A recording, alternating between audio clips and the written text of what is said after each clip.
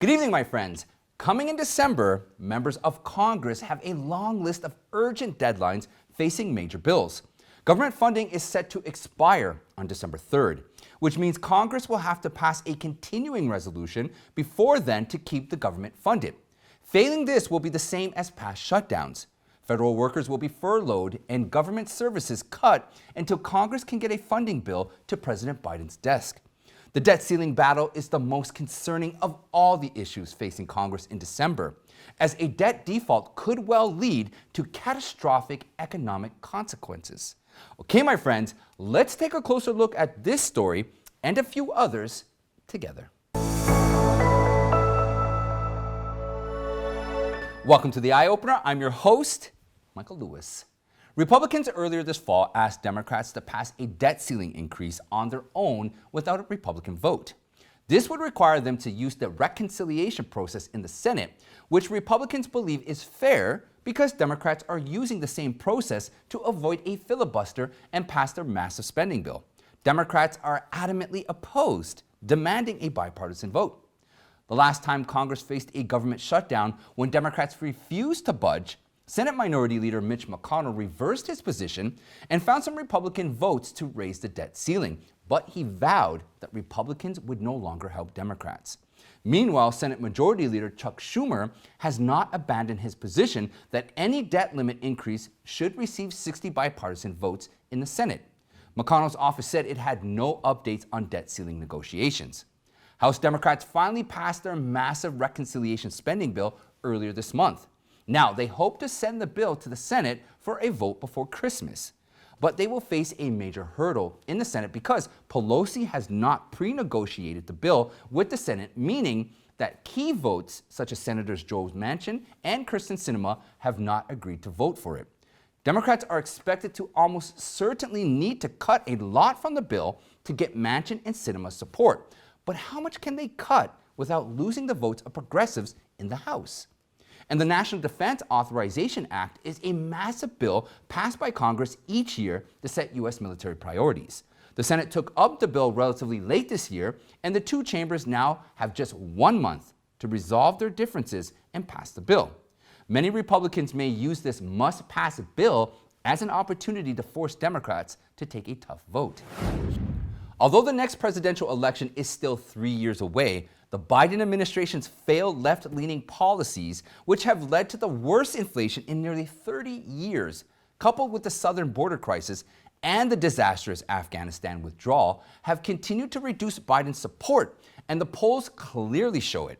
An NPR Marist poll from November 24th shows Biden's approval rating at 42%. Although Biden has declared that he will seek re-election, his decision may ultimately depend on the outcome of the midterm elections. The administration's response to the current red wave is to double down on its radical left-leaning policies and accelerate its unpopular agenda, hoping that voters will change their minds. This does not appear to have been successful.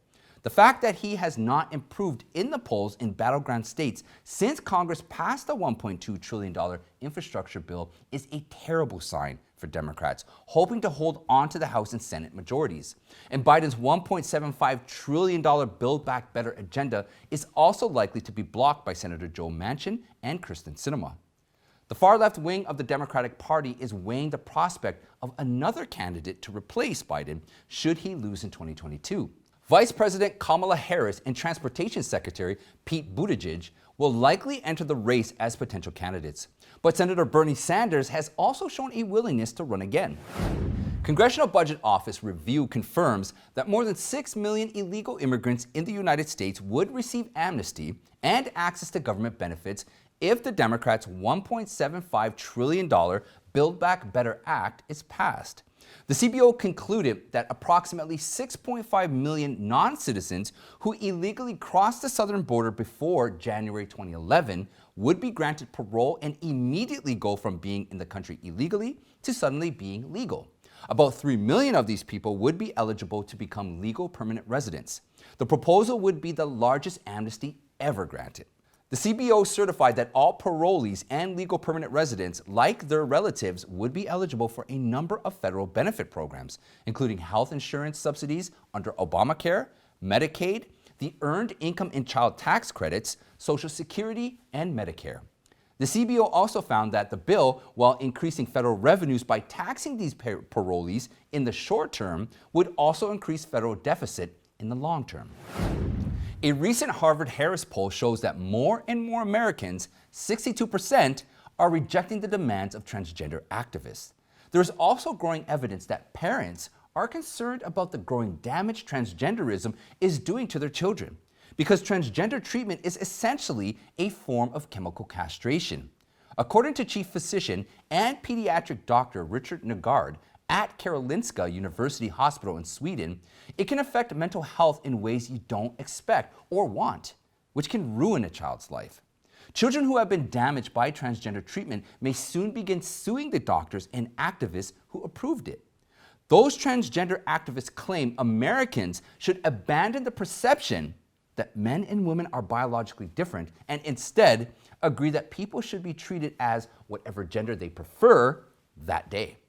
But the question is, can gender be toggled on and off like a light switch?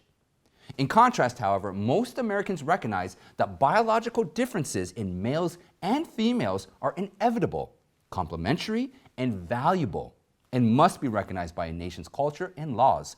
But the administration's left-leaning policies have provided support for transgenderism, encouraging children, men and women, to freely change their legal gender without regard for the damage to society, to ordinary Americans, or even to the children of those who claim to be transgender.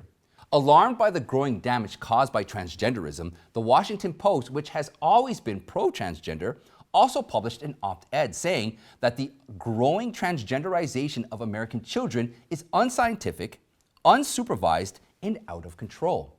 The authors, two advocates of transgender ideology, psychologists Laura Edwards Leeper and Erica Anderson, who says she is a transgender, say some young people may not be prepared for the gender transition they are being pushed into.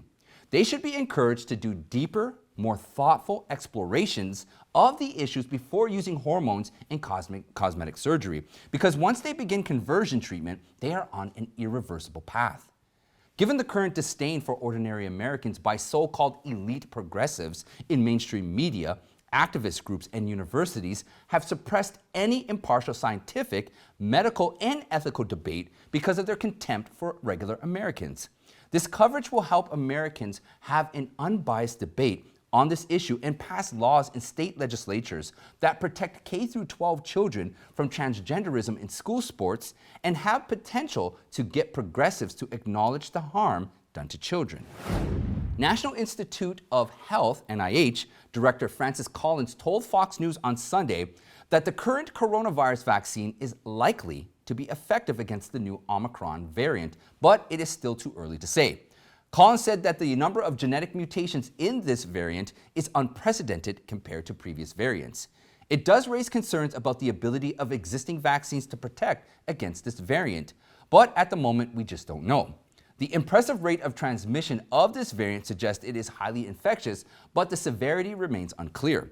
He said it would take 2 to 3 weeks of experiments to know if existing vaccines or antibodies to previous infections would be effective against it. Collins said that past experience shows vaccines have been protective against all types of variants. Given this history, we could expect that the current vaccine will still provide protection, particularly the booster. Pfizer and Moderna are already working on a new vaccine to combat the Omicron variant if research proves it is needed, but this will take at least 2 to 3 months. Faced with the threat of a new COVID Omicron variant, the Biden administration announced a Trump-style travel ban on 8 African countries and a mandatory vaccination mandate for travelers who cross the border legally, including truck drivers, emergency responders, and government officials. These Biden measures are purportedly intended to protect Americans from the spread of the Omicron variant. But what is mind-boggling is that under the Biden administration's current policy, immigrants detained at the southern border are only tested for COVID if they develop symptoms, meaning that there is no mandatory vaccine requirement for illegals. On what logic is this policy based? The U.S. is facing a supply chain crisis, and one of the reasons is that mandatory vaccine requirements for truck drivers has led to a large number of drivers being barred from work. When a shortage of drivers prevents the supply chain from recovering, Biden's policy shows the results are actually self-inflicted. Biden's policy of shutting down legal travel from a number of countries, checking vaccination statuses at the border for legal travelers, and mandatory vaccinations came at the expense of human freedom, opportunity, and prosperity. That is, they are willing to pay the price if and when these Biden measures protect them from a deadly virus. Imagine the following. When hundreds of thousands of people are pouring into the U.S. illegally every day, and only a small percentage will actually be detained. And of those, only people with symptoms will be tested. Do you think these Biden policies are working? To be sure, Biden's contradictory policies have not only introduced millions of illegal border crossers into the United States, but have also put everyone at risk of infection. Traditional religious beliefs are in decline. Fewer Americans say they belong to established churches, and there has been a marked decline in those who attend religious services.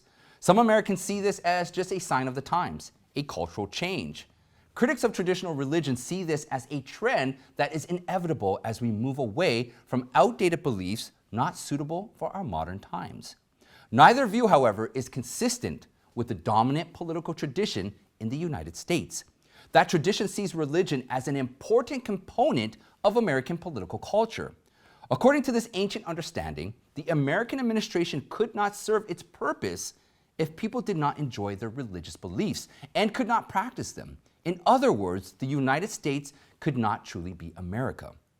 On the one hand, we are committed to self-government, and on the other hand, we are equally committed to the protection of individual rights. There is broad consensus that these rights are not merely the product of political negotiation, but they are rooted in nature. These rights constitute the eternal social and moral order which all governments, including democracies, are obliged to respect. However, history has taught us that the majority rule does not ensure consistent and just rule, does not always respect the rights of individuals, and often ignores the rights of the politically powerless. Democracy also has many dangers, one of which is the tyranny of the majority. The Founding Fathers aimed to create a country where politicians were elected by the people, and then these representatives had to follow the Constitution to administer the law of the land. To achieve this, the Founding Fathers largely exploited the prudential institution arrangements embodied in the Constitution. The bicameral system of dividing Congress into a Senate and a House of Representatives requires that any law must receive a majority vote in both chambers. The separation of powers between the legislative, executive, and judicial branches provides an additional safeguard. Finally, the system advocates a federal system of division of power between the federal government and the states that limits the probability of majority tyranny by ensuring that the national majority does not have the right to dominate the political life of the country, with a large portion of that power reserved to the states as a distinct political communities that enjoy a large degree of autonomy. The Founding Fathers, however, did not believe that this constitutional structure would by itself provide sufficient protection against the tyranny of the majority. They also recognized that the nation needed a morally serious community of citizens, a community that itself possessed the moral discipline to resist the desire to violate the rights of others in the pursuit of its own interests. James Madison, the fourth president, argued that institutional arrangements were as important as auxiliary precautions because that there must be a consensus that the first line of protection against the tyranny of the majority was the good moral character and virtue of the people themselves. George Washington, the first president, believed that religion and morality were indispensable supporting forces that contributed to political prosperity. How, he asked, could property, honor, and life be safeguarded if a sense of religious duty abandoned the oath, which was the instrument of just investigation in the courts? He reminded his compatriots that the two great forces of justice, religion and morality, could not be separated from each other in political practice. In other words, one could not hope to maintain a moral civil society without the influence of religion. In his famous Thanksgiving Proclamation of 1789, Washington said that the civil rights and religious liberty were natural rights that all citizens should cherish and be grateful for. Thomas Jefferson, the third president, in his book, Notes on the State of Virginia, made religious belief a necessary condition in support of the respective rights, a view that was entirely consistent with Washington. When reflecting on the terrible problem of slavery in American history, Jefferson asked, "Can the liberties of our country be considered secure if we do away with the only solid foundation of the conviction in the minds of the people that freedom is the gift of God to every man? Would those liberties still be considered sacrosanct?" For the Founding Fathers, religious faith and physicality of the nation should be encouraged, as this act was essentially to the establishment of decent and moderate self-government. At the same time, however, religious belief and practice must not be subject to any form of coercion, as such behavior is an infringement on religious freedom. Abraham Lincoln, the 16th president, also praised America's protection of religious freedom. Abraham Lincoln, the 16th president, also praised America's protection of religious freedom, arguing that an attack on religion was an attack on public morality. Some of us may be rather smug about the decline of religion, believing that rights and freedoms belong to the modern and the progressive, while religion has served its usefulness and is now a liability. However, the founders and the political traditions they set in place have repeatedly warned us that such thinking is extremely wrong.